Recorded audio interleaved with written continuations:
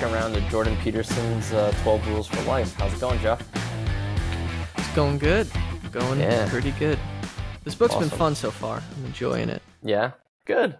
You know, Yeah. I read it a number of years back. I don't know when it first came out, and I just remember just being blown away by all the different rules, and it just got me to think sharper and clearer. And I don't know, it's honestly been one of those books that's kind of changed the way I look at life, and I think it's just been one of the most impactful books that I've read in my past. So rereading it again, I got even more out of it. So definitely, obviously, we're covering the book. We highly recommend it. That's true. So, all right. So we're here to cover rule number 4, 5, and 6. So part 2 of the 4-part series where we're covering Jordan Peterson's 12 Rules for Life, an Antidote to Chaos. And starting off with rule 4 is compare yourself to who you were yesterday, not to who someone else is today.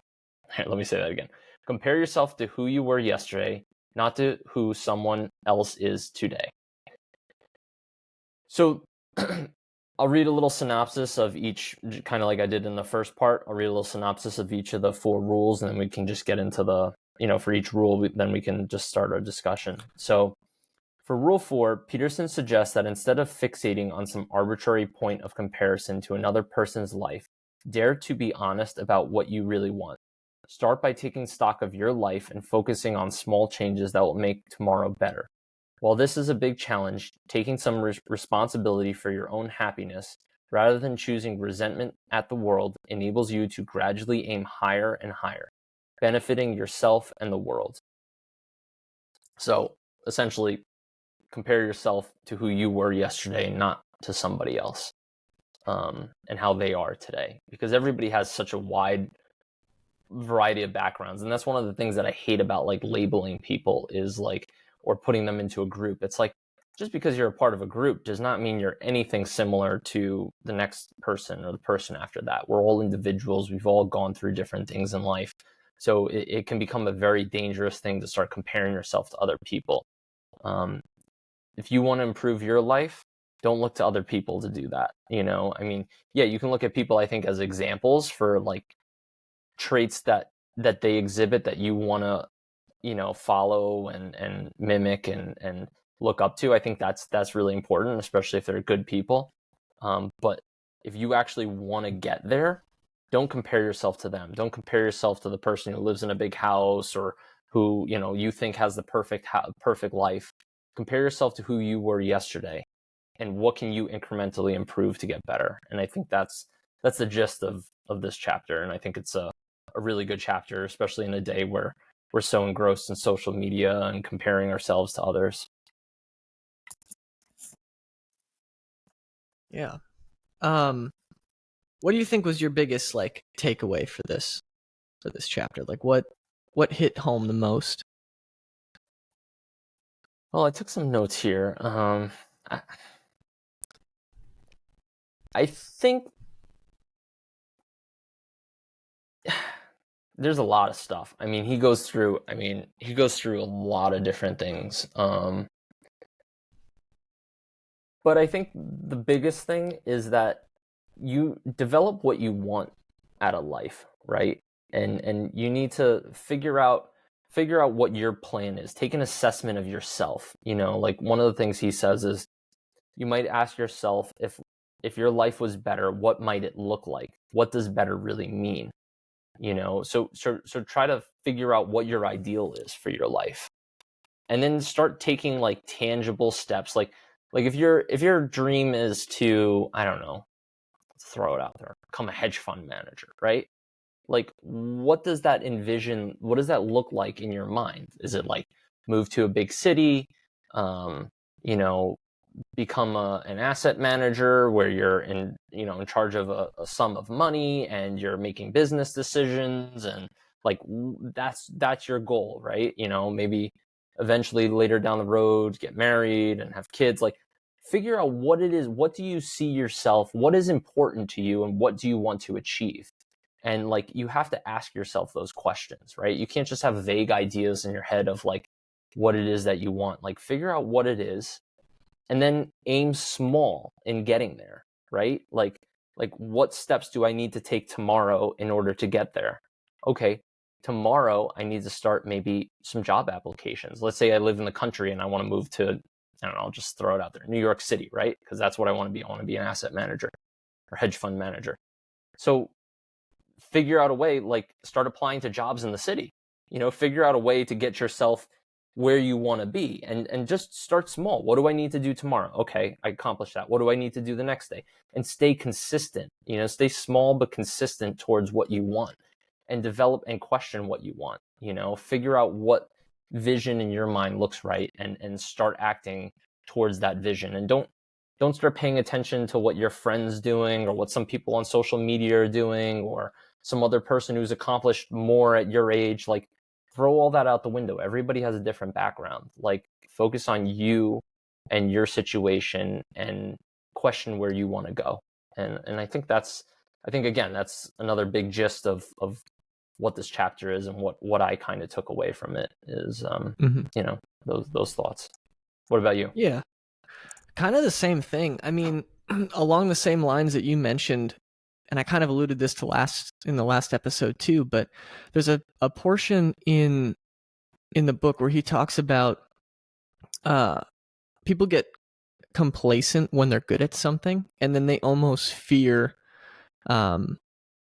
any activities where they may not be as good, right? But like, if you want to get to where, in your example, like if you want to be an asset manager, there's probably going to be a series of things that you have to do at your job that are nerve-wracking. Like, it could be holding sales calls, right? Like new client business, and maybe you're not a strong public speaker. Maybe you get nervous doing presentations and sales pitches and stuff. But instead of running away from those things, that's really the time to lean into it and like accept the fact that you're not going to be good at it, and just focus on what you can do to become better at it is really like what it's all about. But there's definitely like an element in our society where people don't like to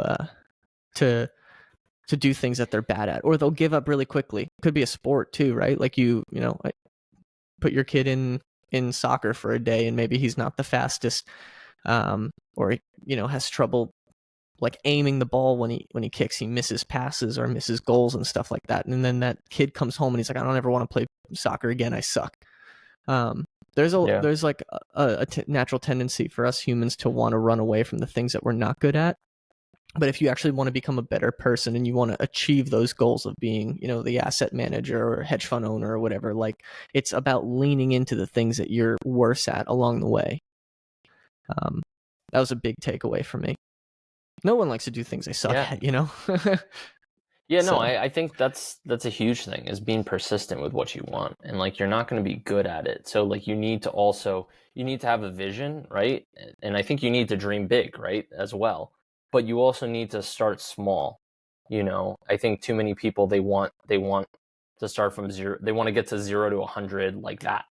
And you see that with social media. We're just primed like for that, like constant growth, fast growth, quick. Like, you want to get there, and it's just like, you got to slow down, and you got to become sharp, and the sharpest knives, right, take the longest time to make. It's like those Japanese knives. Essentially how they're made is, I'm not a knife maker, but what I've learned is, they literally take a piece of steel and they fold it on top of itself many, many times, and you form layers. And then from that layered steel, you then sharpen it. And that takes time. That takes constant work. It's not just, you're not just going to take one chunk of steel and sharpen it and you're going to have the sharpest knife in the world. It takes time, it takes effort, and it takes small movements over a long period of time to get to where you want. So you have to know what you want, but you have to aim small, and it's okay to fail, and it's okay to not always be perfect. But if you just make incremental improvements every single day, and I think it goes back to, like, that's a big theme I think we even talked about in the last episode, is like, make those small changes, those small little incremental changes. Like, it makes you better, and failing makes you stronger too. And but don't be afraid to figure out what you want and go for it. And I think that's part of the biggest thing in this chapter is, like, figure out what you want, and don't be afraid to, and I think he even says, like, towards the end, and I think it's, it's also biblical in some ways. He says, like, ask and ye shall receive. Knock and the door will open. If you knock as if you want to enter, you may be offered the chance to improve your life. With improvement, some progress will be made in being itself. And it's funny, like, I read that, and then I was perusing Instagram or something, and this video comes up, and it's like this guy, I forget, successful guy.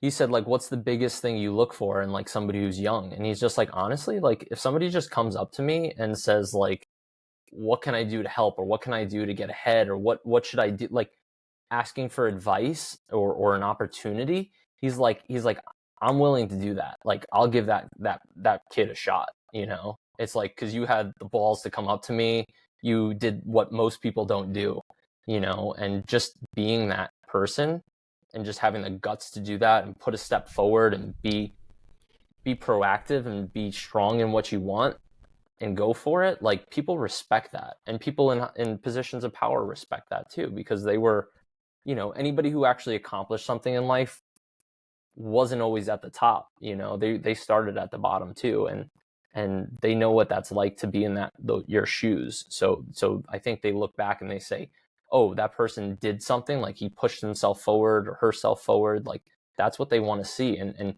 you'd be surprised, ask and ye shall receive, like, be willing to put in the work, but put yourself out there. And I think it's amazing what may come of it if you do that. And I think, again, another just gist of this chapter. So dude, it's funny you bring that up. I had a guy do that to me. Yeah, I had a guy do that to me in the smoothie store the other day. I was getting a bowl, acai bowl. And there was this, he couldn't have been any more than, I don't know, maybe he was 16, 17. He was in high school. He was, like, working and stuff. And, like, I went up and he's like, hey man, how's your day going? And I'm like, first of all, that threw me off, because most kids today that are that age are, like, so obsessed with their phones, and they have, like, no idea how to talk to you. They, like, look at you when you're, placing an order, and they're like, what are you doing here? Like, you're gonna text me your order? But he was, like, really just really personable. And I was like, oh, it's going good, man. Just got, like, I made a comment about being in meetings all morning. He's like, oh, what do you do? And I was like, I work for a marketing agency. He's like, oh, cool. What do you do there? And I was like, well, I do search engine optimization. I didn't know what the fuck search engine optimization was when I was in college. Like, they didn't even teach it to me. It was like, I think when I was in school, like, SEO was actually, like, called SEM, which is search engine management, and it had, like, maybe a chapter or two in like, my introduction to marketing, but, like, we didn't focus on that, and that's not where the jobs were at the time. And if they were like more underground jobs or tied in with web development. They weren't really in marketing yet.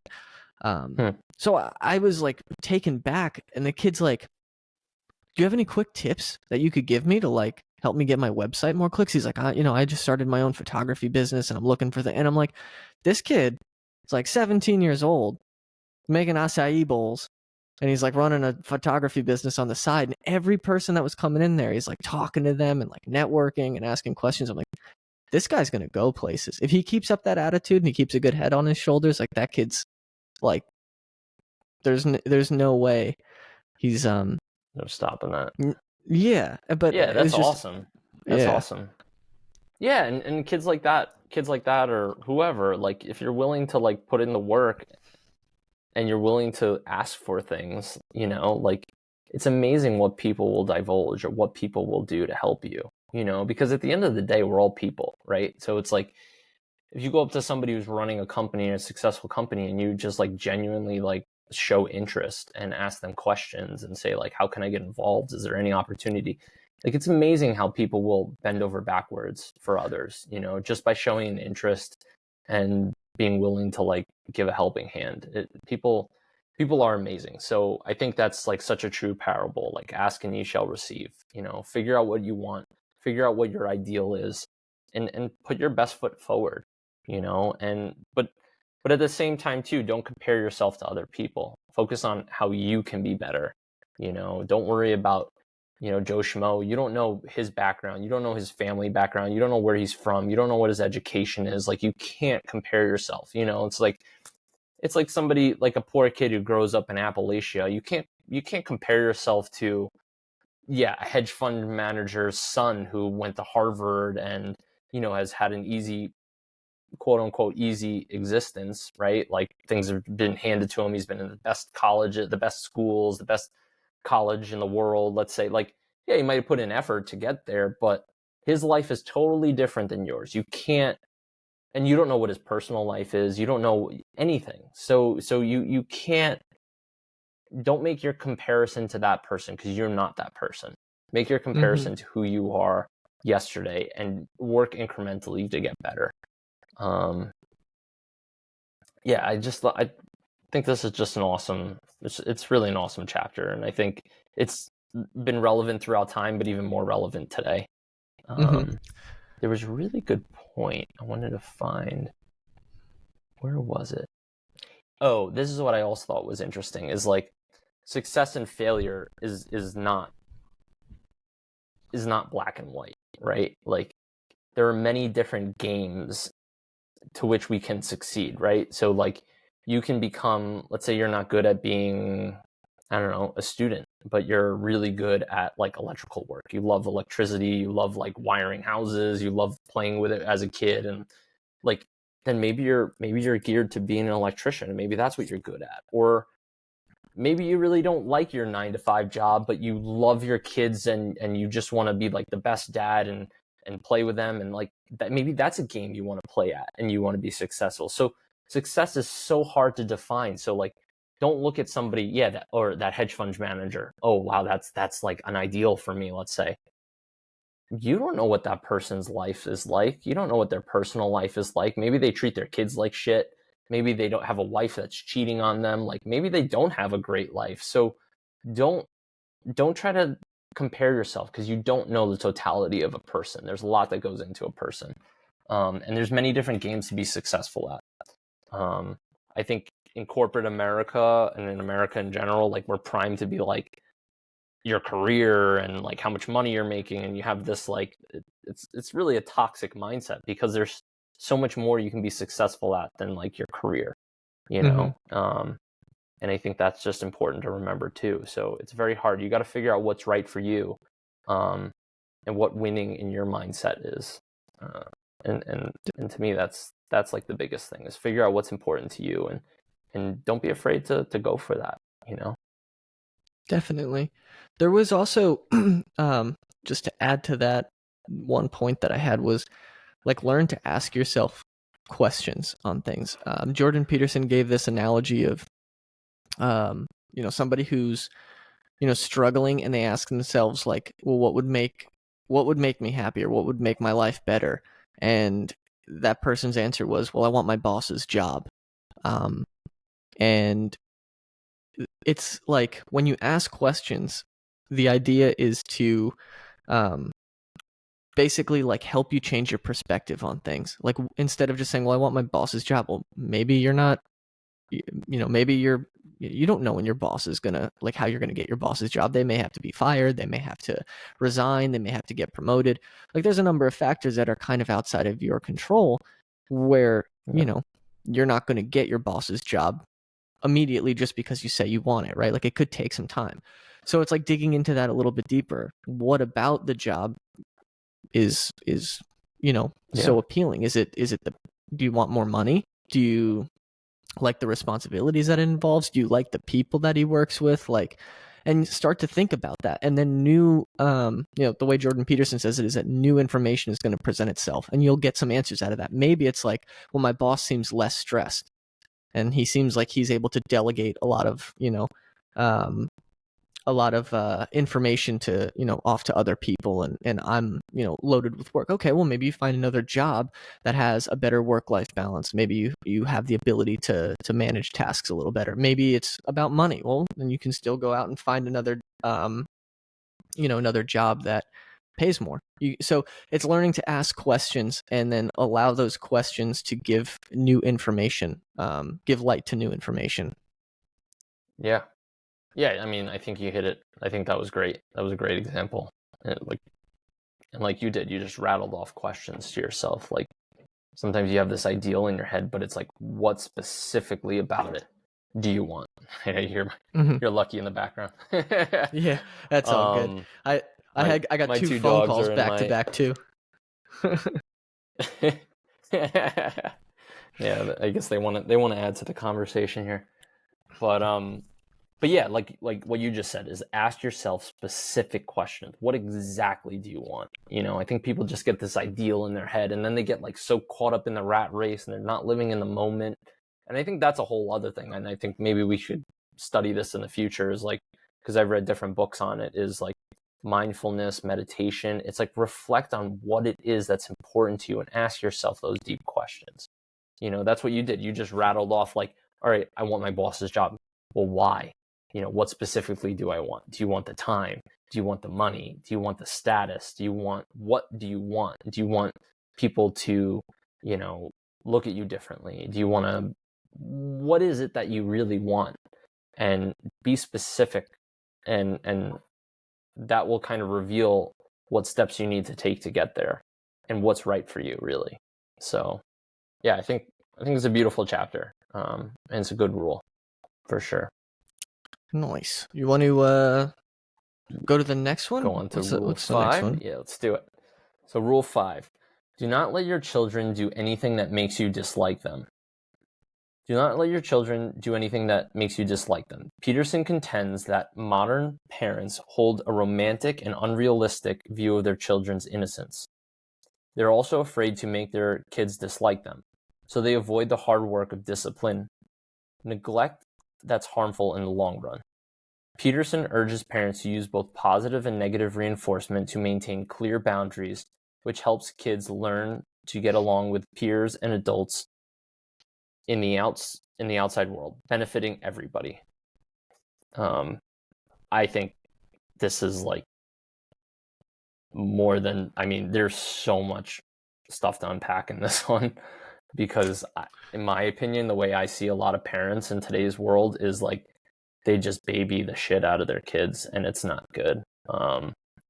And because by you coddling your child, and don't get me wrong, there's times where your kid needs to be coddled and needs to be held and loved, and but it's a dance, right? There's a fine line between loving your child and doing what's good for them in the long run. So I think you need to make sure that your children are loved. And look, I'm not a parent yet, but I'm trying to learn, right? You need to figure out like where that line lies, right? Like you got to take care of your kids. You got to make sure they love you and know who you are, but you also need to maintain clear boundaries with them. And they need to know what's right and what's wrong and what you're willing to accept from them and proper behavior. Because if you don't show them that, if you don't show them how to act in the world's going to treat them like shit. Like if you don't treat your kid, you think if you're going to baby your kids so that they're not able to live an independent life, how do you think society is going to treat them? How do you think their boss at work is going to treat them? They're not going to care that your little Joey or Susan or whatever the kid's name is. They're nothing special to them. They don't give a shit. So they need to learn how to get along in society, right? And how to be a productive member of society, because society doesn't really give a shit about them if they're not able to act appropriately in society. And I think that's a big disservice that a lot of parents are doing. They, and I feel bad too. A lot of parents, the two parents need to work. It's hard to raise kids. They don't have a lot of times with their kids. When they do see them on the weekend or late at night, they don't want to be constantly, they're tired. They don't want to be constantly disciplining them. They don't want to be the bad guy because they feel guilty. They're not spending enough time with their kids. So I do get it. It's hard, but I think you just need to like teach children to do things that are commensurate with their abilities, right? Something that's, again, like we covered in prior chapters, put one foot into chaos and one foot into order. I think you need to push your kids just a little bit for their age group, make them do stuff that's a little uncomfortable for them, but also make sure that they do have some comfort too, that they feel secure. So I think that's a good gist of this chapter. I don't know what you thought and how your outlook is on children. I know you don't really have too many kids in your family right now. I know you have younger siblings, but I don't know. What do you think? This was the hardest chapter for me to relate to, but to be fair too, is the first chapter we've done so far that makes you look like outward as opposed to inward. So it's a little bit more of like how you perceive the world. But I mean, we just talked about, the kid I saw at the smoothie place who's like, in high school, and how those kids have like a certain, they don't interact with people. They don't have the same social skills that we have growing up. Just because of the distractions and the way that they communicate. Everything is through texts and tweets and Snapchats and stuff, right? And like taking selfies of each other. They just have a different way of socializing.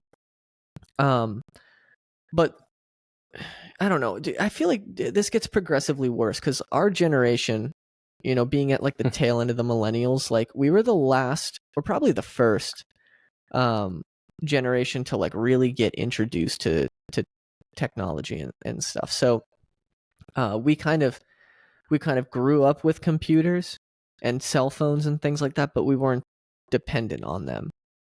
And so we have this like ability to detach. But like you see kids today, like infants that are in a restaurant with the parents, and the parents are going out for like a family meal, and the kid starts crying. What do? Shove an iPad in its face, or shove a cell phone right, just to keep it quiet. And it's instead of, what would a parent have done 20 years ago? They'd pick the kid up and take the baby outside, right? That's what my dad did if I started crying, or if, when my siblings were younger, that's what he would do. I don't think we've seen the full effects of what that brings yet, which kind of freaks me out. I don't know what technology aspect. Just the technology and the coddling that goes along with that, because that's what it is. It's comfort, right? It's like feeding into their need for attention, and like also the constant stimulus, like not learning to just be present. I don't know. Yeah, I mean, the technology thing is to me, it's a huge problem, because kids aren't learning how to, like, they're not like physically reading a book, they don't have the attention span for it. And I can't say that I'm completely immune to it either. I mean, there's times where like I come home from a long day's work, and I'm like, all of a sudden I'm on like half an hour and I'm on freaking YouTube, just like looking at videos, like mindlessly, like checking out shit. And it's like, it's addictive, and your body becomes like, you just become this, your mind just keeps freaking racing, but you're just constantly on to the next thing and getting hit with stimuli left and right. And you don't take the time to be bored. You don't take the time to like think outside the box and develop yourself. And I don't know, as a future parent, hopefully I will be a future parent, like, I don't even want to expose my kids to a freaking iPad. Like, I know people will give me shit, and this might get a lot of shit for this part of the podcast. I might get a lot of shit for, but honestly, like, I really don't give a shit. Like, I don't want my kids having an iPad before they're, developed. I really don't, like, I think they will gain so much more by being able to read a book by the time they're in middle school through and through, than knowing the ins and outs of how to download apps and play games on the freaking iPad. Do you know what I mean? Like, I feel that they'll develop so much more by being able to like develop a process, read something through, have the endurance to finish something, to start something and finish it. I think that's just like beyond important for kids nowadays. And yeah, I don't think we've seen the full effects of technology in how it's gonna impact our future. But I think just parents that I totally agree with Jordan Peterson with what he says, like about parents that are, inattentive, or parents that just coddle their kids. I mean, one of the things that really stuck out to me in this chapter is like children are damaged mercifully by inattentive parents when they fail to make them sharp and observant and awake.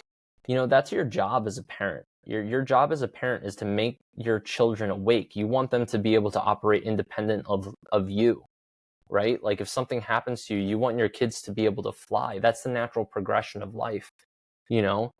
Mama bird doesn't raise her kids to just sit in the nest with her until she dies. Mama bird raises her kids and expects them, feeds them, takes care of them, does things commensurate with their stage of life, and then lets them fly and figure out their life and experience life.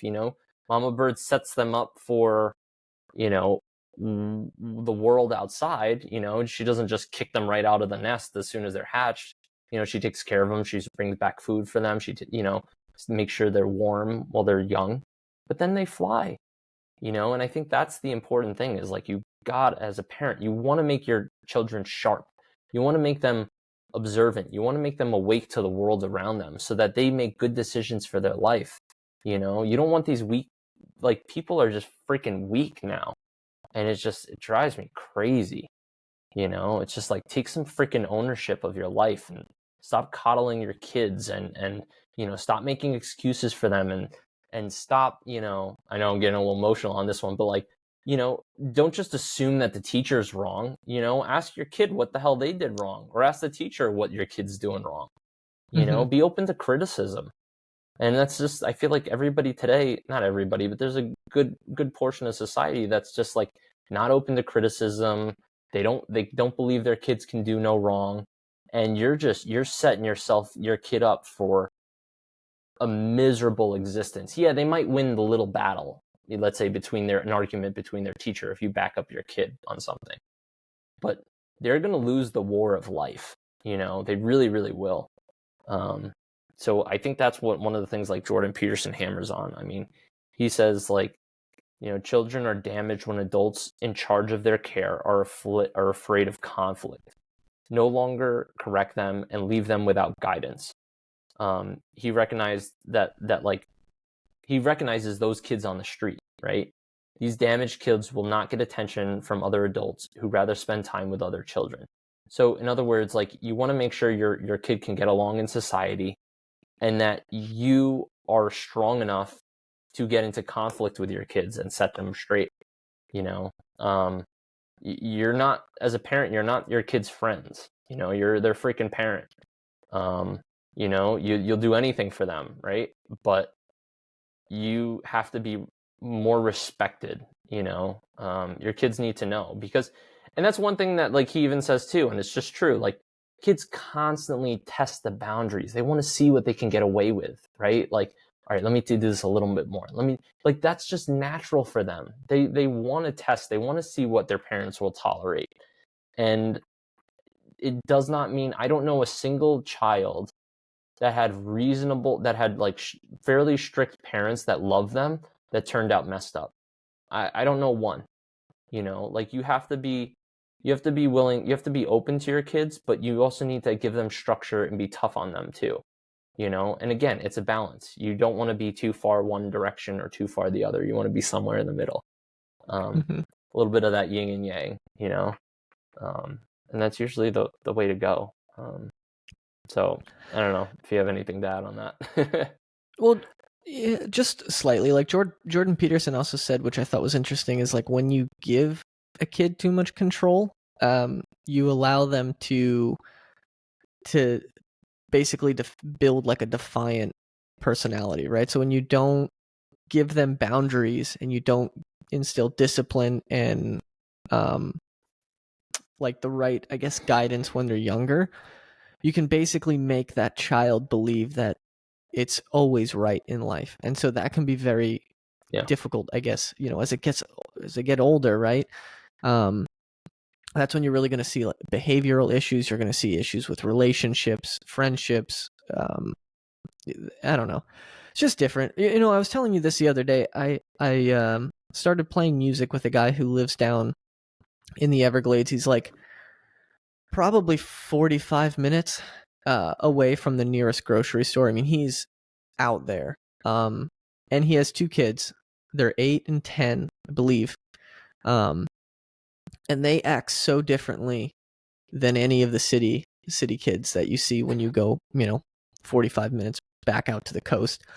But they have a different way of life. Like they don't, even Jordan Peterson gives this example of like the 4-year-old kid who doesn't want to, the 4-year-old child who doesn't want to eat, and the mother just kind of gives in, right? Like they don't have that option. Yep. There's no restaurant.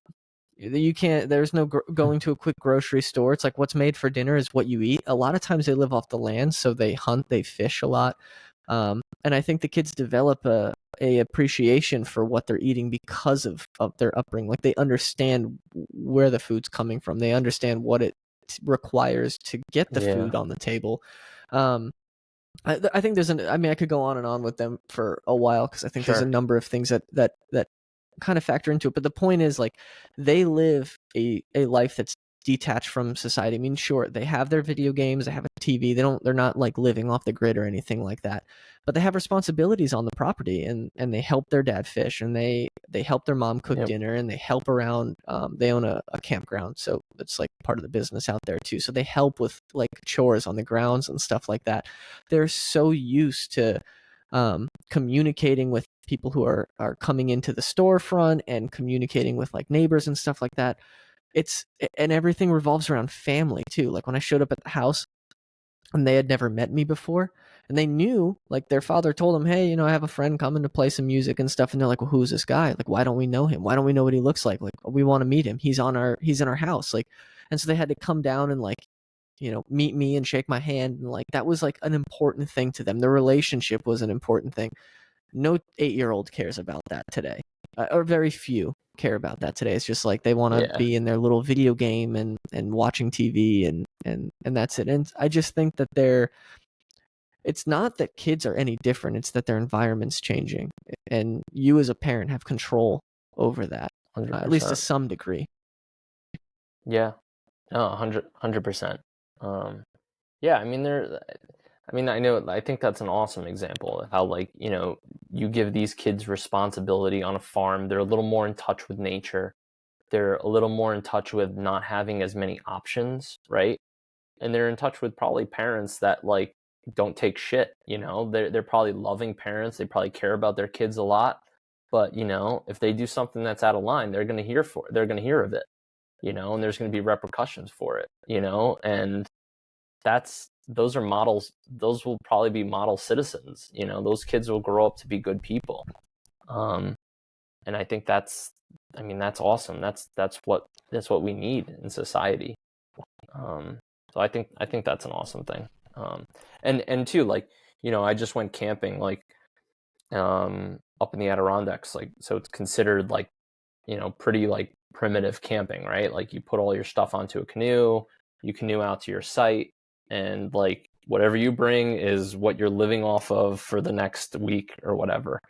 I tell some people at work, that I went there, and they're just like, you're doing that for fun, whatever. But it's like, I remember doing that as a little kid, and with my parents, or with my dad would never go, but my mom took us and the kids, and it's just like you learn little things of responsibility. It's like, all right, Andrew, like, we're going to have a fire tonight. If you don't go out and cut wood, in the woods and go scavenging, like, we're not going to have a fire tonight. So it's like, okay, I want to have a fire. Let me go out and like start chopping wood as like, 10-year-old, like, I'm having a ball. Like, and then you see what you were able to accomplish. Wow, I got all this wood, and now we're having a beautiful fire. Like, but it's like a natural thing. You're working, you have a tangible benefit, you're accomplishing something, and then after you're done accomplishing the wood gathering, you're actually burning the wood and enjoying a fire and cooking your meal and whatever else you're doing on there,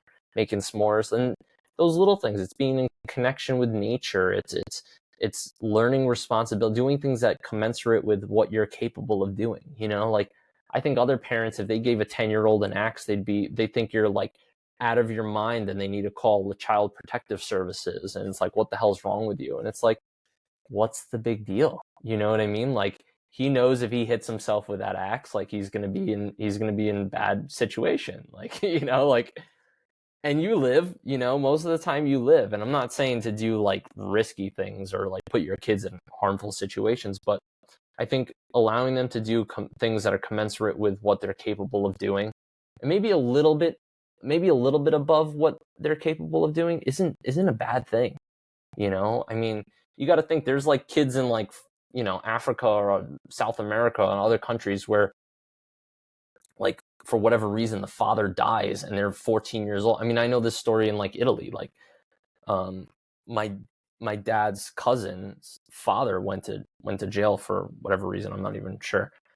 Back in Italy, and he was only like 13 years old, my dad's cousin, and he essentially became the man of the house. And like, yeah, my grandfather ended up looking out a little bit for them and tried helping, but like the 13-year-old was running sort of the male role of like the traditional farming family in southern Italy. Do you know what I mean? And it's just like, that's a 13-year-old kid, that's like making sure they're waking up early, making sure the animals are getting fed, making sure, whatever the fields are plowed or whatever they did, making sure they pick the produce. Otherwise, they don't have anything to eat. So it's like, it's no fucking joke, excuse my French, but like, you don't work, you don't eat. Like, nowadays it's like, you don't work. Oh, well, Johnny had a bellyache today and he didn't feel like, some kids poked fun at him in class and now he's really upset, and I'm trying to see if I can change the classroom and his teacher isn't understanding and blah. It's like, come on, give me a break. Like, toughen up, work it out. Like, sometimes shit ain't gonna work out and you're not gonna be in the class that you want, and the kids aren't always gonna be nice to you, but like, figure it out and push yourself a little bit. A little bit of that like tough love is good. So Dude, yeah. 100%. That just You can see reminded me me. getting emotional on this one. Well, now I'm Yeah. fired up. I'm all fired up. I like. I don't know if you remember in college. This happened down by me. I don't know if this happened up north, where you were at, but I'm not when sure. Trump got elected the first time around, they were like canceling classes so that kids could have a grieving, like a day to grieve. I remember they had brought animals, like support animals, Nah, and I so don't if you remember. were, I don't think they did any of that. oh, then dude, this is like a Well, you went a to a state pretty. school. I did go to like a private Catholic college, so I don't know if that makes That's true. Well, I mean, I don't know if you heard I don't about it in know. like other colleges in your area too, but like, yeah. So they had like support groups too for like, you know for like with like animals, like, support animals. You can go and like spend like 15 minutes and pet the animal in between class and like really just get yourself together, because the president that they wanted or were anticipating taking office didn't. And it's like, Winning. that's from a Yeah. university. Like, what kind of fucking bullshit is that? And like, Yeah. and where does that Yeah. lead to? So then, okay, now like you have these people who are graduating and going into corporations. Oh, let's just shut down the office because your team didn't win the Super Bowl. And then the next thing you know, you got people taking a personal day because Chick-fil-A ran out of the spicy sandwich. Like, where does it end? Yeah, no, it like almost reminds me. It's going to be the denigration of our society, and going back to like Ray Dalio's book. I mean, we're becoming complacent, we're becoming weak, and we're going to lose out to people who are willing to put in the work and don't take the bullshit, and don't take excuses and have responsibilities and follow what the teacher says and listens to their parents, and we're gonna fall behind as a society, and it's kind of scary. And I firmly believe that. So yeah, I don't know. I don't have a good answer for you there. Yeah, I got a little fired up. I had to get that one out. We can move on to the next chapter Yeah. if you want.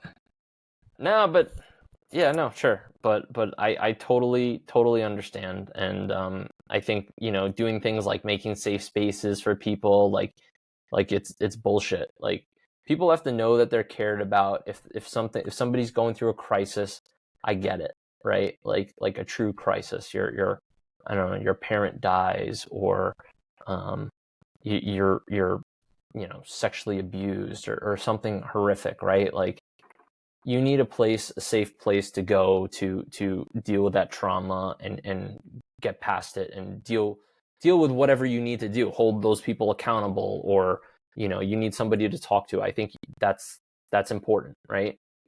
But you're gonna cry and you need a safe space because the person you wanted elected isn't gonna be elected, and it's just like, come on, the life doesn't always work out exactly how you want it to work out, and you gotta toughen up, and I think that's just super important. Those safe spaces balloon on college campus. I just wanted to pull this up because I don't want people think I'm making this up. But this is from the Washington Times too. I mean, this, Yeah. Oh no, I freaking believe it. I mean, especially a lot of these very liberal institutions. I mean, just what people find, people find offensive is just incredible to me now. It's like we literally have nothing to complain about. It's like, and it's funny, like, even at work, it's like stupid shit. Like, this woman at my job was complaining last year in the wintertime, right, that they didn't like shovel. There's like this extra parking lot that we park in if like our main parking lot gets overflowed.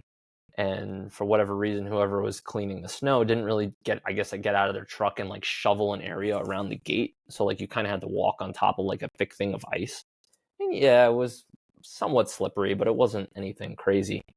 And I remember she was just going on and on about it, and like how dangerous it could be, and like how terrible it is. And she had to walk down the block, like one block, to get to the office, blah, blah, blah. And I literally, like, just for whatever reason, I don't know if it was on my phone, I had like BBC open or something, and it shows this like bombed out city in Ukraine. This was like right after the like invasion. It's a bombed out city in Ukraine with like massive crater in it. These people have no heat in their houses. It's the dead of winter. And I'm like, look at where these people are living. Like, they're living in hell. Like, their streets are bombed out. They can't even drive down the freaking street because there's a massive crater in it. And they're going to go home and they have no heat. And it's freaking February and it's in Ukraine. Like, it's okay that the like we'll survive. Do you know what I mean? Like, you got to put things in perspective, and you got to like realize, and again, that's why I think like we're doing this podcast too. Is like, let's read history. Let's understand what people really went through in the past, because it puts our life today in perspective, right? And it's like, we have our problems, don't get me wrong, but it's just like, shit, like, we got to prioritize what's important, what's not, and we got to toughen up, because we're not headed in a good direction. So I don't know. I think we belabor that one enough, but yeah, obviously we're both emotional about, be strong with your kids, and like make sure they can become independent people, and don't coddle them too much. Love them, but don't coddle them too much, because you're not doing them a service. Yeah, they're the future, and they're going to take care of us when we're old. Exactly, and that's how generations transpire, and we don't want, and it's not going to be good for them too. So it's like, let's do what's good for them.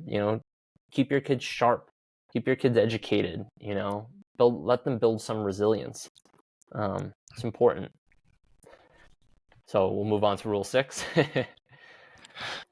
They'll be halfway done with Jordan Peterson's 12 Rules for Life from a millennial perspective. Okay, Rule 6.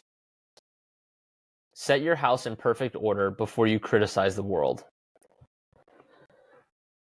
Again, Rule 6 is set your house in perfect order before you criticize the world. Peterson contends that it's logical to feel outraged about the world. While some people who suffer do end up lashing out at being itself, such as mass shooters, many others emerge from the experience determined to do good. For example, Alexander Solzhenitsyn's suffering under communism led to him writing the Gulag Archipelago, which helped undermine Soviet tyranny. Peterson sees the same pattern in the Hebrew Bible's prophetic books. when Israel responded to suffering by choosing to repent and obey God more faithfully. The only alternatives to soul searching and behavior change, as Peterson sees it, are resentment and revenge. When suffering threatens to overwhelm you, it's critical to focus on what you can fix. A big theme of what we're talking about. Don't focus on other people. Focus on what you can do. Otherwise, you risk becoming corrupted by bitterness instead of becoming a force for good in the world. So that's kind of the synopsis. So instead of me just like diving into it, what did you get out of this one? So this one actually, to me, tied in a little bit more with the first chapter. But so, all right, I wrote this down. I'm just going to read it because it's easier if I just read it to you than Sure. Try to like recount it. Is that the word from memory? Recant. I don't know. Recant. There we go. That's the one. I put the southern draw. I can't recant. While there are human suffering that are caused by hostility of human nature, most of the troubles that humans encounter are caused by personal mistakes, bad choices, and poor decision making. This concept can be problematic for the individuals who do not want to use challenges as stepping stones or building blocks to greater things. So, like I said, it tied in for me pretty closely with the first chapter, where like there's that tendency when you're good at something to shy away from the any like experiences or things that you're not as good at, right? Like we use the example of the hedge fund. I use the example specifically of like presentation skills or public speaking. Like you may want to do your best to avoid those situations knowing that it's a weak point for you. But it's like it's learning to lean into those. On the flip side, if you do like avoid those, if you don't lean into those things, right? Generally things won't go your way. You're probably going to have somebody beat you to that promotion. Maybe gets hired by a hedge fund before you. And then your natural tendency, or at least most people's natural tendency, is then to blame their environment as opposed to themselves, right? And then you want to complain that the person who is hiring, didn't like your haircut that day or the suit that you wore and it's their fault, or you're going to basically blame everybody but yourself. But really, in reality, if you look inwards, you know that maybe there was some things that you could have done better that you didn't. And so that's your opportunity to use that as building blocks, right? So if you know your weaknesses, if you know the areas that you're not good at, and then challenges that occur could be related to your weaknesses, maybe not, but regardless, whenever there's a challenge presented, find the opportunity in it, find the opportunity to grow. Could be in your personal life, a mistake you learned from a friendship, a relationship, could be in your work life, skills that, you find other people have that you don't. Take the time to learn it. Ask questions. Ask people in the office who do, whatever that is, like ask them for tips. Take a course on night. We just or take a course at night. We also talked about like YouTube. You can find almost anything on YouTube. I have a buddy right now who's doing a career change, and he's trying to become a software engineer, and he's getting like really into coding and learning like back-end database and development and stuff. And I was asking him how it was going. And I asked him about the structure of it. I was generally curious, like what one of those boot camps entail. And he was telling me that a lot of it is like, you learn how to learn. So what I mean by that is like he's Googling how to code a lot of projects, looking at YouTube videos. The course itself actually lays out a curriculum for you. So it kind of guides you in where your focus should be. Because if you don't know how to do any sort of like software engineering or database engineering, just trying to start from zero, you're going to be so overwhelmed with the possibilities and like different coding languages and, different like algorithm theories and stuff. Like you're not going to know where to start. So the bootcamp provides a roadmap for you, but the actual resources that you're using, a lot of them are just on Google. So you can almost teach yourself anything. Yeah. So there's no excuse really to use that in your advantage in this day and age. We talk a lot about how technology is not great. And in a lot of ways it's brought some challenges to society, but it's also brought a lot of opportunities, and that's one of them. So yeah, that was my biggest takeaway, is just leaning into when something goes wrong, don't place blame on other people. Don't place the blame outward. reflect inward, find out where your shortcomings were, and then use that, and ask questions again, and use that information as a way to like springboard you to be better. What about you? I think that's awesome. Yeah, no, and I mean that's the gist of it, right? Like, set your house in order. Make yourself better. Stop blaming the world. Don't criticize the world. Don't say how the world should be or shouldn't be. Like focus on yourself.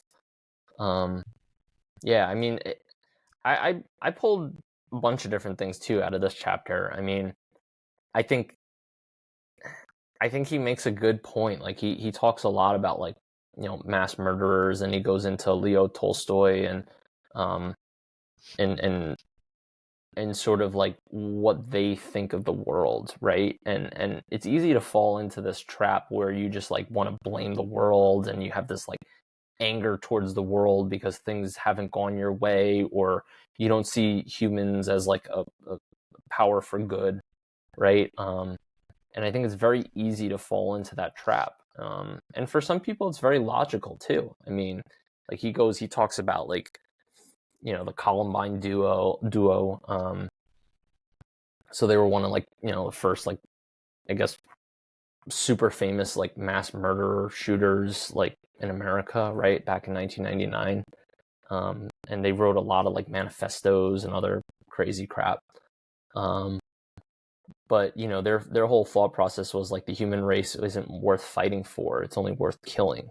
And and he says that like, how can a person who is awake to the suffering of the world, is awake to like the how hard it is. Like being alive isn't easy. Like I think too, people need to cut themselves a little bit of slack. I mean, even in this podcast, I feel like we're like, we're bashing on parents, but then at the same time, like life isn't easy and it's hard, and we're not going to know all the perfect decisions to make. But like, I think part of the thing is like, become educated, focus on yourself, better yourself, don't criticize the world too much, right? But like, keep focusing on what you can do to be better, keep reading, keep thinking. And for this, like for what we're doing, this is just a forum for us to discuss our thoughts, and hopefully some people can gain something from it, but yeah, so like, I mean, it's easy to be like outraged at the world. Like, what are we doing here? What are we doing in this planet? Like going camping, we were looking up at the stars, and I was even telling people at work, like, it was just incredible. Like I saw the entire Milky Way, like it was the shooting stars. It was just absolutely, literally, I sat out there for 3 hours just looking up at the freaking up at the sky. It was literally like watching a movie. Like, it was probably like an entire like Star Wars movie, just watching the damn sky. And it's just beautiful, right? But when thinking about the world and the grandiosity of it, and just how many billions of stars are in our galaxy, it's like I feel so infinitesimal. It's just like, you question, what's the point of existence? Why is there suffering? What are we doing, right? And like, Peterson even points out, like, even when God was up on the cross, like he felt abandoned. He said, like, my God, like, why have you forsaken me? So it's like, this guy who came, he knew he was going to be executed, like willingly went for execution, right, to save people of their sins. He even felt abandoned on the cross. So I think it's natural, right? And Tolstoy mentality behind it is to like, well, you can essentially, he questions the value of human existence, and he says there's like 4 ways of escaping these types of thoughts about life being meaningless and evil. It's retreat into like a childlike ignorance, fill your mind with Disney fantasies, and just try to just block out all the bad, right? And pretend that the world is a safe, beautiful place. Pursue mindless pleasure, just constantly after the next, become a drug addict, I guess, essentially, or constantly buy or have addictions and whatever. Drag out life, because people in this category are too afraid of suicide, or destroy life. And I think a lot of the mass murderers, they fall into like the destroy life category. I mean, he goes into this story about Carl Panzram, who was an abused child in Minnesota, and then he became like a mass murderer afterwards because he was abused, like growing up in like, I think it was foster homes or some kind of rehabilitation. But then, he turns to like Nietzsche, who says like, a lot of that, it doesn't necessarily have to be true. Like the number 4, just destroy life. Like there could be like a 5th option in a way. Like there's many people that go through tragedy and do something really positive with it. Right. And he says that there was somebody very similar to this guy, to this murderer, Carl Panzram, who instead of taking like the tragedy and abuse that he suffered, he ends up like doing something positive. He stopped drinking, he stopped hating, and he revitalized like an artistic culture of his native tradition. I think he was a Native American that he knew, this guy, and he became like a figurehead for young youth and for young males, and he essentially revitalized his culture and his community and did something really positive. And he talks about Nietzsche as well, and the philosopher, and says that like, distress doesn't need to produce nihilism. Distress can permit a wide variety of interpretations, and people who experience evil and bad things, they can overcome, and they can become a good person. They can become a good parent. It's like what is it, Viktor Frankl's book. He survived the Holocaust, and he ended up finding some meaning in life even despite the brutalities of the Holocaust. You can still pull some humanity out of it, right? And focus on the good and realize the importance of life and how important it is to be a good person and take care of others. And you don't have to, fall into the trap of being a harsh person. So I don't know. He gets very much into that, which I thought was just like really interesting. And just saying that like suffering is the norm and that people are limited and life is tragic. But however, if your suffering is unbearable, there's things you can do, right? It's start cleaning up your life, start small, and then ask yourself, have you taken advantage of the opportunities around you? Stop doing what you know to be wrong and stop doing it today. You don't have to, like, if you were abused as a kid, like you don't have to continue those traumas. You don't have to blame the past. You can take responsibility for what's here today. Ask yourself, have you taken advantage of the opportunities given to you? And if you're doing something that isn't good for you, stop it now. Again, I think that goes back even to the prior chapter. It's like parents who make excuses for the kids and don't hold them accountable and let them get away with things. They're able to just constantly make excuses throughout their life. And if something bad happens to them, they're going to make an excuse. They're not going to take advantage of opportunity, and they're going to become more depressed, and it's going to become that negative cycle, that we talked about before. So build positive cycles where you're going to go in a positive direction. Don't build negative cycles where you're going to go in a bad direction. I know that was a lot. I kind of went on a tirade there, but I had some different things written down, and like those were just important things that I think he touches on. Is just, people, it's natural to question life. It's natural to suffer. It's natural to be pissed off. It's natural to make excuses, but you need to stop. You need to clean up your life. You need to start small, take advantage of the opportunities that you're given, and stop the shit that you're doing that is wrong. So again, set your house in order before you start criticizing the world, start criticizing your past. Fix yourself now and start small and do it today. That's awesome. I don't have anything to add to that. That was great.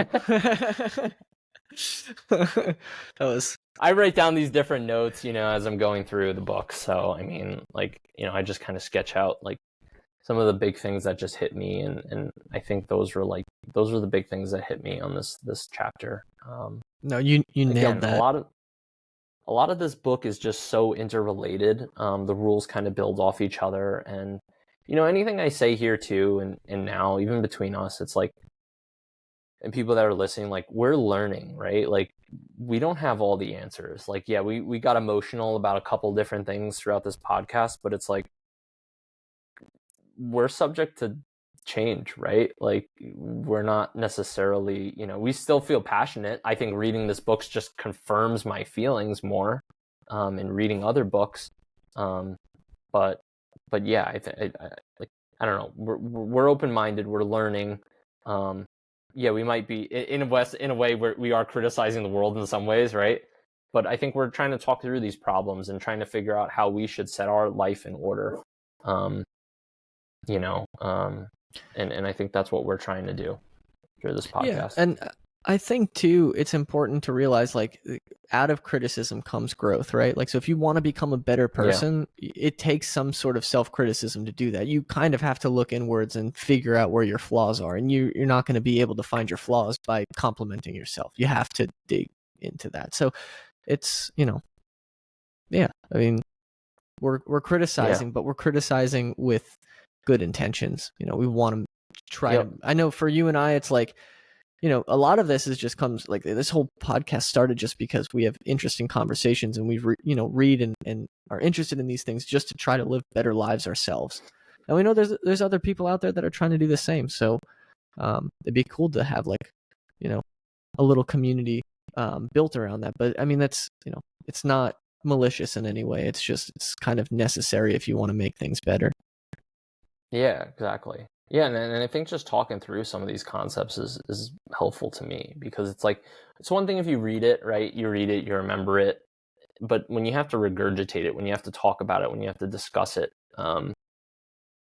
it makes things sink in a little bit more, and you start thinking of things in different perspectives, and you're like, all right, I got to present this. Like, so I think it's important, like, if people who are listening, like, you start picking up this book or whatever book it is, like, start reading it. Call up a friend. Talk about the book.